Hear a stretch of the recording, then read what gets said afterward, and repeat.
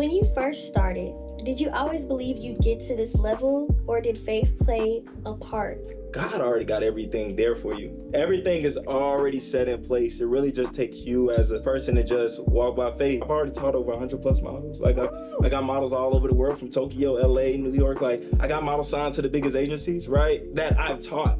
There's growth in everything that we do. It's all about starting. Right. And once you start, it's just like, the rest is history. It's about what you do with it. Exactly.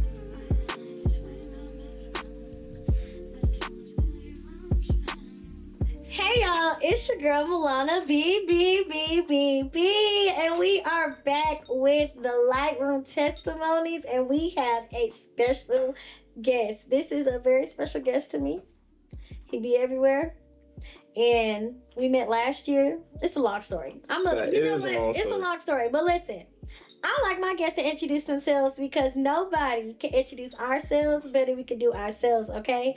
Now it's not the time to be humble. I need you to tell the people who you are and pop your stuff. You know what's so crazy? I'll be about to say your intro with you.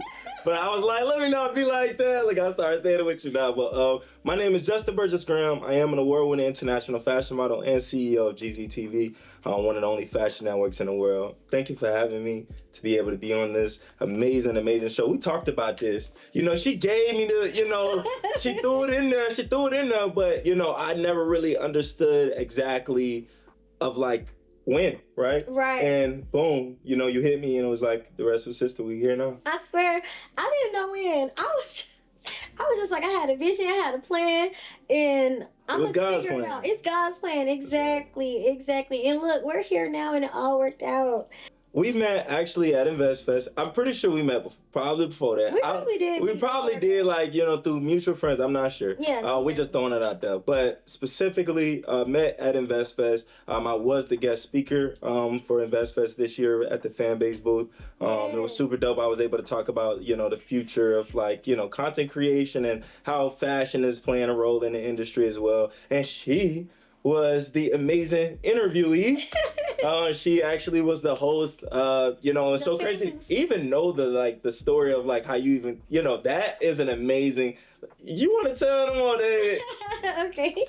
So I was an intern. I was a part of a cohort for Propel Arts and Entertainment Accelerator, right, of 2024. And so with that became the opportunity for me to intern at Fanbase. And at the time, I was just volunteering for InvestFest to work with Fanbase. This was before my internship with them. And I remember the girl that was supposed to be interviewing for the interviews on live for Fanbase and everything like that at the booth. She didn't come. I think something happened. I don't remember, but I just know that she was not there at the time. And I just remember them needing someone to do the interviews and me stepping up and doing it. It was me, and then it was another girl, a part of the cohort. She had did it first, and then I had did it after. So I did one interview, and it was live on the spot. I'm like, oh my God. Once I did that one, they kept giving me people back to back. That's how you do it. And then they invited me back the next day, and I did the same thing over and over again. And that's how I met you. And it's crazy. And just to be able to hear like the journey, and then like now we're here, right? And it's just like one of those things where, a lot of people truly just don't know where, really they're going to go or where they're supposed to be. It's just like God already got everything there for you. Everything is already set in place. It really just takes you as a person to just walk by faith, right? And not try to overstep. Because I feel like so many times we overstep. Like, you could have overstepped one time and, everything could have changed and, we probably would have been so, who knows, exactly. Right? But it's just like everything fell in place. It did. Perfectly. It did. And, and it's just like one of those things we're only going to improve, only going to get better. And I think that's the best thing about it all is just being able to just understand that there's growth in everything that we do. It's all about starting. Right. And, once you start, it's just like, the rest is history. It's about what you do with it. Exactly. See, you always know the right thing to say. You feel me? But look, let's get into the nitty gritty because I'm trying to get all of your business. Here we go. You feel me? So you've accomplished so much as an international model, entrepreneur, but what moment or challenge really shaped your journey? London I'll say London because London kind of set the foundation for everything. When I was out in London Fashion Week, Tell the Truth, and it was, this was amazing. And when I was out there, it's just like, you're with the best models in the world, like models out of Paris, models, out of Ghana, models out of all places, all other countries. Like, you know how we are, like, okay, you're in Atlanta, you're going to see somebody from LA, New York, whatever. But like over there, everybody just from another country. And it's something to where you get to really see so many different cultures, so many different, creatives from all different types of walks of life that makes so many different types of, I would say, content, right? So many types of photo shoots, so many types of modeling.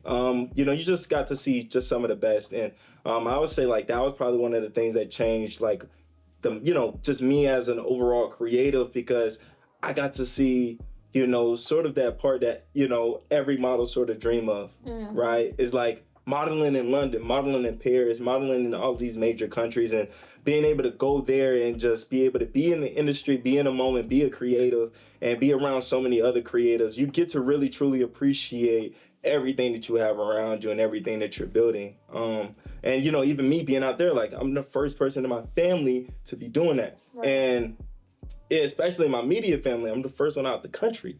It's like one of those things where, really being able to be a defining factor for a lot of, the people that look up to me, my nephews and my family, and just being able to go out there and really, I would say tackle the world from a different perspective. Tackling the world from a different perspective. So you really gain a lot of new perspectives and, just everything new when you go to something like that. So, right. Yeah, I would say that was something that revolutionized my career, so to speak, now. And like everything that we've been doing now, like from, after London, we had Germany, we had Macy's, we had so many more. I'm signed now, so much stuff, right. And it's just like one of those things, those all came from London. And London was the foundation that set my mindset to be able to go even further in my career.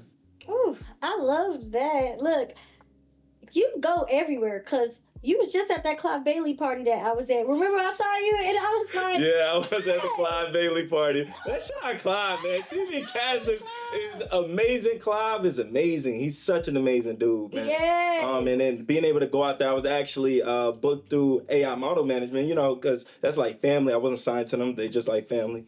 And specifically, they had me booked for out there, and I was able to work the, the Good Burger booth. That was super dope, though, and just being able to do that. And then, just recently, I can say this, right? But, I was just on set for the 1 and 6 in Sports. You know what I mean? So, like, Clive, and I was just with them, man. So it was just like, it was dope to be able to, like, just be able to celebrate and just being able to be around so much of, like, I would just say creatives as a whole. Like, I can't go into intricates, but just know it's just like, it's going to be a big thing on BET. Everybody excited about it. Premiere. Yeah. BET. Yeah, I know. So, yeah, it's a full circle. We here. So I think that's something to where, Clive, it's crazy. It's crazy.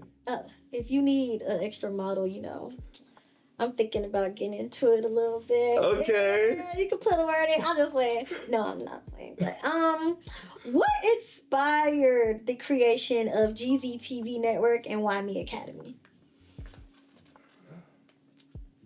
What inspired it? It really stemmed from me being a model.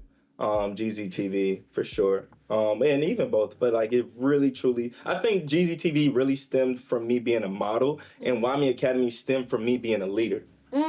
So I feel like those are two different dynamics. So like GZ TV, it came about, if you don't know GZ TV, it's one of the only fashion streaming networks in the world. You go on, iOS right now, App Store, it's downloaded in over 170 plus countries. It's super dope. It's basically a platform you can watch anything fashion related, from runway shows, fashion films, movies, series, all on one platform. And ultimately, me as a model, I couldn't really find anywhere to where I could learn the history. There wasn't no centralized place, for fashion the way it is now. Like, you got GZ TV, you got Vogue, you got, a couple, but Vogue is more of a publication. That's why we don't really see them as a competition for us. Like, we're really like a big team. Like, right. We're really ultimately trying to, showcase the creative industry at a very high level. So, it's like one of those things, like, I didn't really have a centralized place. And I seen a lot of models struggling a lot of models didn't really understood the magnitude or the importance of learning the history. Right. And me, that was one of the things I took advantage of early. You know, I was like, yo, I really need to learn about this. I was always a big history nerd, even in school. Like, I love history. Right. That was like my favorite class in high school and like middle school and stuff. But specifically, like when I was learning the history, that's when I really like, you know, opened up so many doors for me, especially when I started going into those places, right? It's like I'm familiar already. I already know. It's nothing new for me. I've already, you know, seen the world of Karl Lagerfeld, you know, of like, right. You know, watching Andre Leon Talley with Vogue and, you know, rest his soul and, you know, rest even Karl Lagerfeld's soul. But like, you know, they set the foundation. They set the blueprint. They showed it.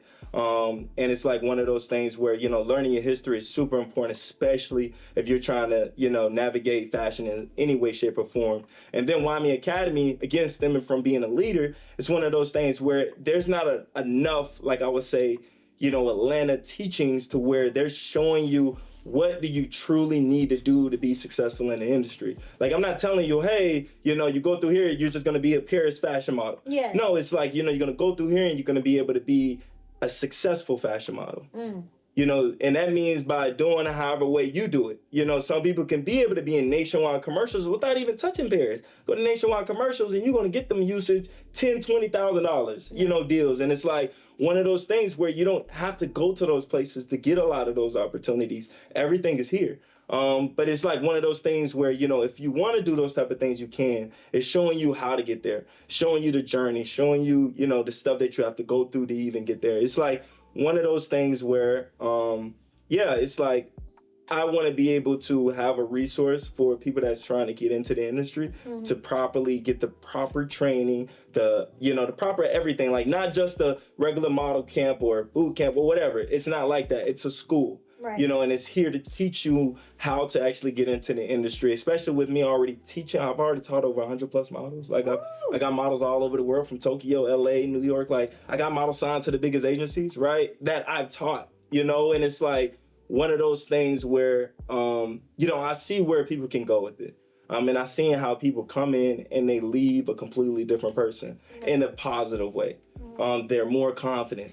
They chasing their dreams more. Like, you know, one of, you know, the amazing testimony that I could bring up is Keiko. Like, she's amazing. But Keiko, she's one of the models to where she came in, she didn't even know how to walk in heels. And I looked at our coordinators, I was like, look, coaches, we want to go through and teach her on how to walk through heels, you know, and of course, run it through the course. And ultimately, they took on the challenge. And then we was working with her as an overall unit to be able to, like, you know, perfect her, you know, as a model. And when we say perfection, we're saying more so bringing the best out of them in a proper way to where they're still following the foundation or, you know, sort of the rules and regulations that's there, right?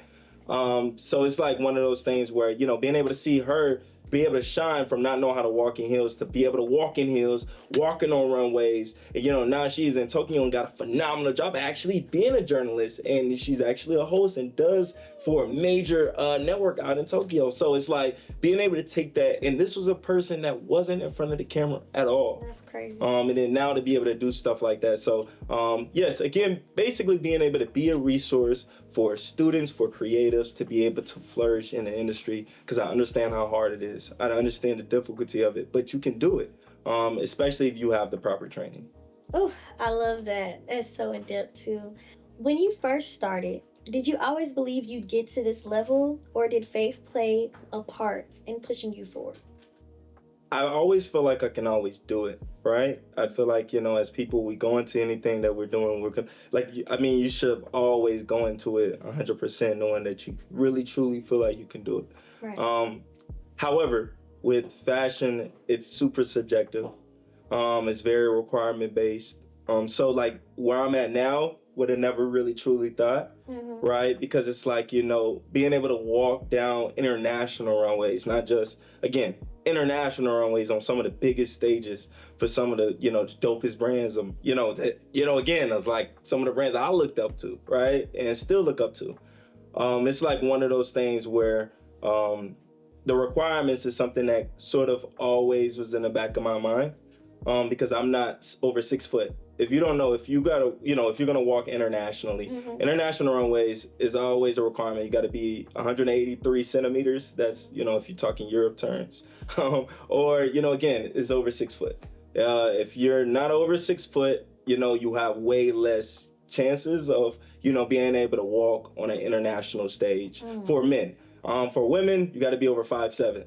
And it's like one of those things. Yeah, it's like they have requirements, and it's something to where it's a real requirement that's there, and it's not a real joke. Like they literally, like I would tell you one story. I was in New York, and I was at a casting. So this was one of the times where I was, I modeled for I believe this was Flying Solo year. I don't remember, because I went to New York so many times now. But Flying Solo year, I believe, I went to a casting. And when I went to this casting was for a show that's on the calendar. So give you just a, great perspective. When you're modeling in different shows and different fashion weeks, there's going to be events going on at the same time. They're not the same thing. So what I mean by that is, you can be walking during New York Fashion Week, or you could be walking in New York Fashion Week. So when you're talking about quality, talking about all of that, those stuff that you got to always play a part. And there's some that not necessarily directly a part of the week, but some of the best shows, so it's just one of those things where just understanding. So when I was out in London and Germany, these are official shows with the week. So it's not okay, I'm just walking during. So that's why, a lot of the, when people see, okay, some of the stuff that I got to do, again, all those stuff was, again, a domino effect of these official moments that are very big moments to where we could really build off of it. But I don't want to get off topic. Specifically, I'm at this casting, and what's so crazy, this casting was down blocks. This was down blocks in New York. And, specifically, this is, again, one of the biggest castings. I'm getting to meet so many of my models that I got to, it's a lot of my people. But when I'm there, I get all the way to the, inside the room. We're about to go. I'm probably number 10, and they're putting 10 people in at the same time. So I'm thinking I'm next. And what's so crazy, right before I go, kid you not, lady comes in and said, "Excuse me, everyone. If you're not over 6 foot, they're not even going to see you." So it was such a, again, I just waited a good 2 hours, 2 to 3 hours. I don't do this. I don't just wait, right? But it was this was, again, early in my career. I'm going to take a chance. And, boom, I'm going. And, at this moment, okay, you have a decision to make, all right? Would you rather just go right in front of them, or you rather just leave? Right. Me, on the other hand, I'm a person, I know I'm very stern on what I say. So, if I say something 9 times out of 10, I would actually mean it, right? So, I was I'm not over 6 foot, and I left, and it was one of those things where, took it to the chin. Of course, it was dang, it sucks. A lot of people, probably would have quit in that moment. But, it was one of those things where I know it comes with the game. Again, this came with doing research. And, at that point, I already knew what to expect. Right. So, dealing with, being that this is a faith-based show, right? Do you feel like in this generation and in our industry, the entertainment industry, it's hard to express your faith? Do you feel like it's frowned upon most of the times? I would say in this industry specifically, I feel like it's becoming a little bit more normalized now. I'd say at one point, yes. And I think even still now, it's at a certain point where when thinking about corporations, because I'd be on a more an executive side now with a lot of stuff. Right. They tend to still consider that, right? A lot of them, they try to steer away from religion, specifically corporations do. Yeah. To sort of, again, to please our audiences. But I feel as a creative, it's one of those things where a lot of people, it's a lot more acceptable now. I feel at this point, if you are someone that truly just not a believer, you're probably not gonna, express it now, right? But it's just one of those things where I feel at this point of time, people should already started being a lot more comfortable. You know, I feel like at this point of social media and like at this point of like, you know, I would just say how the world is sort of changing, Right. you know. I feel like religion as a whole is becoming a lot more expressive for a lot of people from all types of different religions. So, yeah. So, me working in healthcare, right? That being corporate, I've been seeing like I've been dealing with a lot of patients lately that are like, you know, God bless you. I hope you have a blessed day.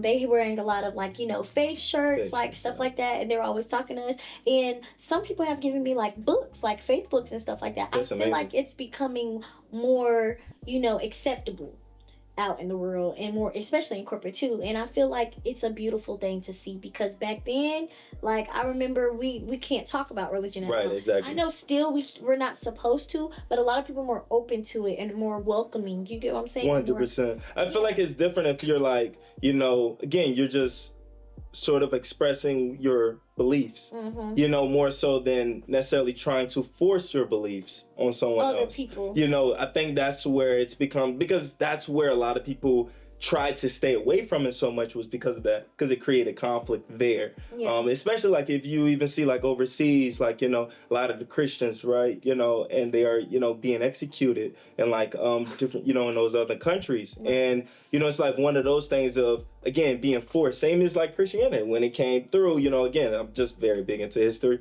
right? It was just like, you know, even when it came to Americas, and you know, the great time when, you know, I forgot the actual terminology of it, but you know, the expansion, big expansion with the capitalism and stuff like that. And right. At that moment, right, you know, that religion was pushed on to people, you know, and those are the type of stuff what I'm more so alluding to, is just like, that's what people try to avoid. And I feel like in any space, it shouldn't ever be to that. Like, it shouldn't be forced onto someone. I feel like it should be something where, again, like if you believe something and, you know, whatever your beliefs are, is just like, you know, being able to express that, whatever is in your way. Exactly. What does living in your light mean to you personally? I feel like living in your light is, I feel like it's deeper than just purpose. I feel like, you know, of course, you know, everybody's gonna say purpose. But I feel like it's deeper than just purpose. I feel like living in your light is when you are happy with his creation. And what I mean by happy with his creation, you know, I actually, a lot of people don't know, I'm actually vegan, right? I think you know this, friend. You know this, right? But like, everybody don't know this, right? I'm vegan. And it's just like, you know, me being necessarily vegan, is like, I feel as though, you know, and this is my personal belief, is like, you know, in America, we know it's a lot of chemicals. You in healthcare, you understand. So there's a lot of chemicals in the food that we eat. And I try to avoid that. That's my reason of being vegan. However, on the flip side, you know, I'm avoiding a lot of those things because I feel like, you know, the most serving godly thing we can do is take care of his creation.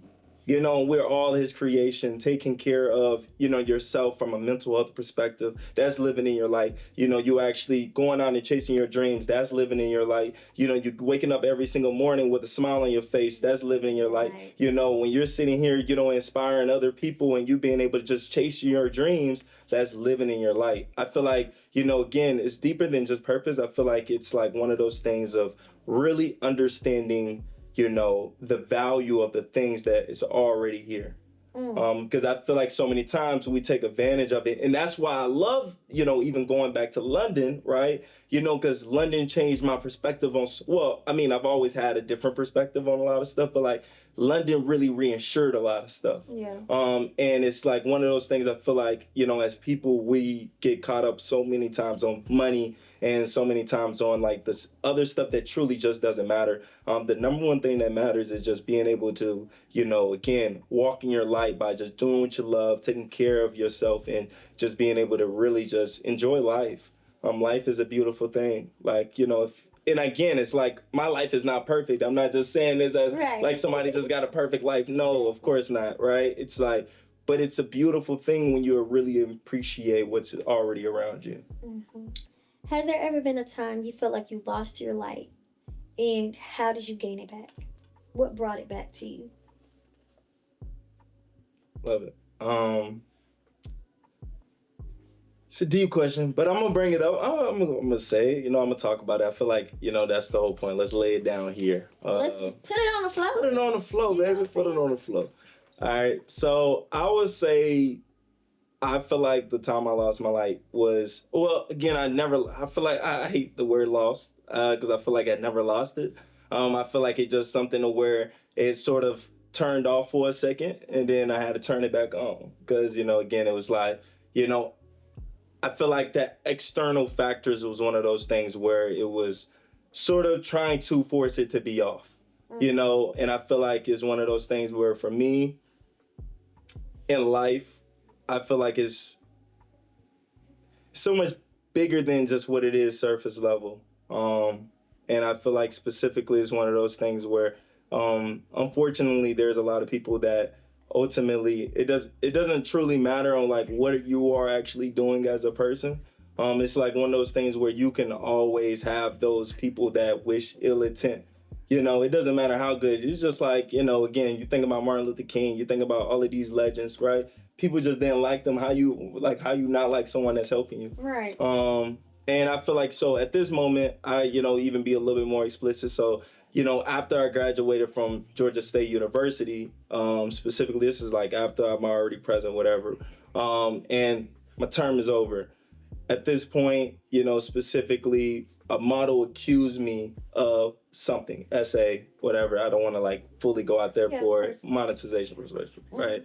But like specifically, it was one of those things where I feel like was, where I really had to like, hold on, let me turn the lights off. Yo, we gotta talk. Yeah. And it's like one of those things, and I'm saying not necessarily talking to, what I mean? Like, it's like, yo, this is insane, right? And it was like one of those things where I feel like in that moment, that was probably one of those things or those moments because, it was false. And it was 100% false. It was someone that, when we, of course, came, and mind you, I'm a person that I don't like doing any of this, especially when it comes to like, anyone that's, business and anybody that's close to me. Like, so at this point, I'm no longer president. I'm out of it. But still, it's still one of those things where I'm still the type of person I don't like to really touch that because it's one of those things where I look at you as a, student. I don't look at you as a, you know what I mean? It's like you are actual student. So it was one of those things where this person showed interest. And when they showed interest, that's when, I was like, okay, I want to hear you out. Right. And, at that point, lingo a couple times, whatever. But it's like, ultimately, nothing actually happened. And this person said that things actually happened. And that is something to where, it really shook a lot. Of course, I lost opportunities. Well, I wouldn't even just say those are opportunities for me, but you know what I mean? It's like, I lost them, right? What's for you is for you. What's for me is for me. And at this moment, I would say so many people's like, yo, you gotta not post. Yo, you can't go out. Like, you need to stay in the house, like full on, because this is now at this point, advisors are like, yo, you don't need to be going out, whatever. Like, I'm talking about like people that care about me, those type of stuff, right? But when I got my legal team laughed at it because they was like, this is like clearly BS and it's something that is not gonna, and which it didn't, right? And it's like one of those things where it was super unfortunate because it was like, there was people that are now getting an entirely new perspective or a new idea of somebody they don't know. And it's because of, again, off of, somebody else or that person says this person says that, but me, I'm all about facts. Well, like, let's just talk about what happened. Like, I'm not, like, let's not beat around the bush, right? And it was like one of those things where, it was super, unfortunate to be able to see like that sort of moment happen. But the way I turned my light, back on, right, was like, I use this one scripture. This one scripture, you could go back to even the beginning of the post. You'll even see this scripture in the caption. But it was Deuteronomy 28. I can't be able to say it off the top of the, right now, I'm not. But I just say, like, one of the biggest things, just to, like, fully just, summarize that part of it is, like, when God is with you, nobody can stop you. Mm-mm. And I think that's the biggest thing. It's just like, it doesn't really truly matter if somebody's trying to say ill intent or everybody's not going to like you, and everybody is, going to wish, bad upon you. Like, this person says, like, yo, I'm going to try to ruin your career. Like, this is something that this person said to me, right? And it's like, so crazy to even, see something like that. But it's just like, when you understand you have God on your side and you understand your purpose, you understand, why you're doing what you're doing, you understand the right. Right. And I feel like, me understanding that, I was like, yo, I'm not finna not boast. I'm finna not, like, you think I'm finna just stop everything I worked so hard for that God blessed me with to be able to just stop it because somebody else wanted me to stop it. Because the reason on why they did it was for me to stop being successful in the first place. Right. And it's just like one of those things where, I really truly, used it as, a moment of course, a learning moment, right? Of like, yo, let's not even like open that book. But, on the flip side of it too, is just like, really be careful as people, I say men and women, because being in the modeling industry, I've taught over 100 plus models. Right. And modeling is a dangerous industry. It is. And it's like one of those things I have to there was moments where I had to step in for models. And what I mean by step in, I'm talking about I had to shield them. I had to guard them. I had to take up for them. You know what I mean? And it's like, when you understand those, that part of it, it's like, it's a very dangerous industry as a whole. Yes. And I feel like, from guys, there's a lot of people that's, locked up for stuff they didn't commit, right? And it's like so many people lives thrown away because of, a false tale, right? And it's like one of those things where I feel like as people, we need to, again, just love more. Like, love is something where, like, that's where everything started. Like, that's where everything started. Like, God so loved the world, he gave his only begotten son, and it's just like one of those things where, use it as inspiration, use it as a guide, because of course the Bible is a guide, but it's just like one of those things where, like, as people, you're not going to be perfect, right? But at the same time, again, live in your truth. Right. Live in the truth and do what you're supposed to do. And I feel like, as long as you do that, God got you, and the rest going to be history. And, and now I've accomplished so much more. God, amazing. I accomplished, like, my life changed forever. God is amazing. Yeah. And it's like one of those things where, when people don't want to see you win or don't want to see you do do what's already called for you to do, right. It's like one of those things where, they say they always be like, why me? I say, look, I love me. I love me. I'm telling you, because at the end of the day, it's just like I'm made in God likeness. Why wouldn't I love me? Amen. And that's once you do that, again, that's living in your life. It's like you got to love yourself. You got to love who you are. You got to love what you do, and allow that to be your guide. Because when you move with love, that's moving in faith. Amen. When people hear the name Justyn Burgest-Graham, what do you want them to remember most? I want people to remember most when it comes down to me is... And tell the camera, because they watching. I want people to remember my smile. Like, remember, my energy. Remember, who I am as a person. I feel like, so many times people get so caught up on, like, your accomplishments. What have you done? But it's just like, how are you actually as a person? I feel like, I want people to remember me as an actual great person that is actually helping people, that was someone that actually, changed the industry forever and was able to, give a platform for more creators to shine more. So I think that would be the biggest thing is like, probably not even just my smile, my light. Your light! Yeah, my light. Like, I want them to remember my light. Remember my light. I feel like, hey, brighten up the room. Why not? I love that. Well, listen, I just want to say thank you so much for coming on the show. This means the world to us. I want you to tell these people where they can find you, because if they don't know, they finna know. And tell them any future projects that you may have coming up, okay? Got you. What's going on? Of course, you already know who I am. J Fettiancho. You can find me on every single social media platform at JFETTIHONCHO. You can also follow the company at GZTV Network. You can just type up GZTV on Google or whichever. It's going to pop right up. That's GZTV. Well, I do have a gift for you as well. A gift? Hold on. Nobody told me about no gift. I have a gift. Oh, my gift. Oh, Lord.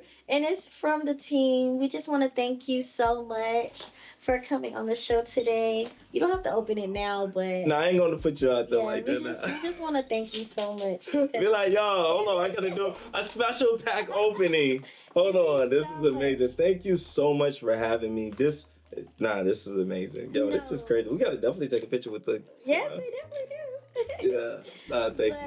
I just want to say thank you guys for tuning in to episode number 2 with...